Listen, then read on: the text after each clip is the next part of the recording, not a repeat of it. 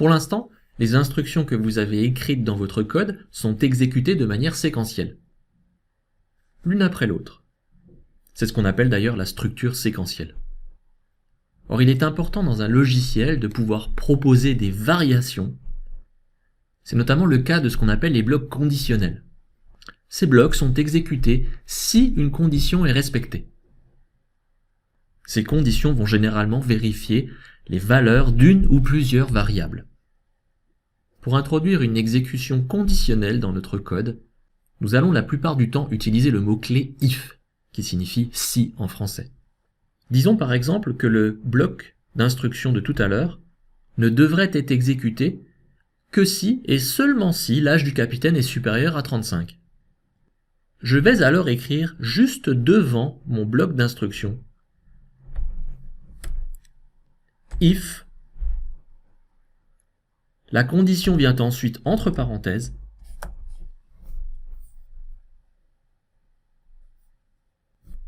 âge du capitaine supérieur à 35. Ce qui est attendu à l'intérieur de la parenthèse est donc une expression booléenne. Ici, visiblement, l'âge du capitaine est supérieur à 35. J'aurais pu tout simplement remplacer ça par true. Mais évidemment, c'est à l'ordinateur d'évaluer cette condition et non pas au développeur. La condition est toujours suivie d'une ou plusieurs instructions. Ce sont les instructions réalisées dans le cas où la condition est vraie. Lorsqu'il y a plusieurs instructions, elles doivent absolument se trouver dans un bloc d'instructions, comme ici.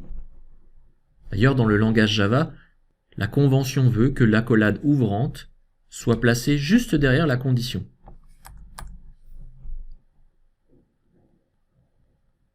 Comme ceci. Si j'exécute mon code, vous vous imaginez bien que celui-ci va afficher l'âge du capitaine, et que si je venais à changer ma condition, comme par exemple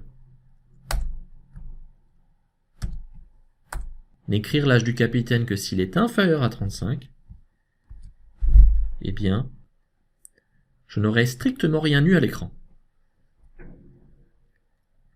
Ici, dans le bloc qui suit la condition, nous avons trois instructions. Afficher l'âge du capitaine, afficher hello, afficher world. Si nous n'en avions eu qu'une, comme par exemple afficher simplement l'âge du capitaine, eh bien, vous auriez pu vous passer du bloc. Comme ceci. Allons exécuter pour vérifier. Inférieur à 35, je n'ai rien. Supérieur à 35, j'ai bien l'âge du capitaine. Alors ne pas mettre d'accolade parce que nous n'avons qu'une seule instruction à exécuter est une source d'erreur assez classique dans un code Java. En effet, il est tout à fait possible que ce code évolue dans le temps, que le besoin évolue, que nous ayons par exemple une deuxième instruction à exécuter. Je vais afficher à nouveau Hello World par exemple.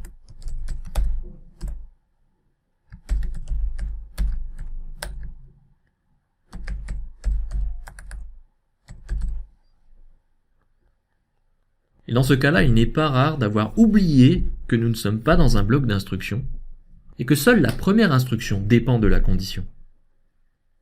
Aussi, si j'exécute ce code,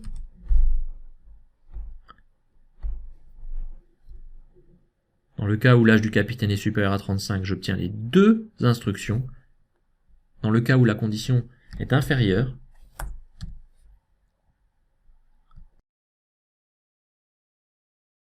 eh bien la deuxième instruction est tout de même effectuée car elle ne se situe pas dans un bloc.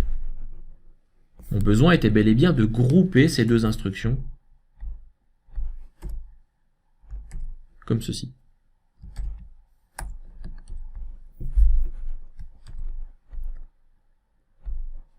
Voilà. Je vous invite donc à ajouter des accolades même s'il n'y a qu'une seule instruction à réaliser. Ce qui se trouve entre parenthèses derrière le if sera donc évalué et doit donc retourner un résultat booléen, vrai ou faux. Et dans ce cadre-là, vous pouvez utiliser tous les opérateurs que nous avons vus jusqu'à présent. Par exemple, évaluer les valeurs de deux variables. Ici par exemple un booléen. Il fait beau, égale true.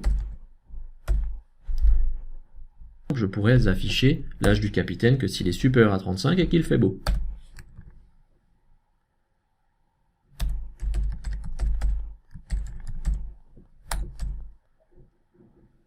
Exécute.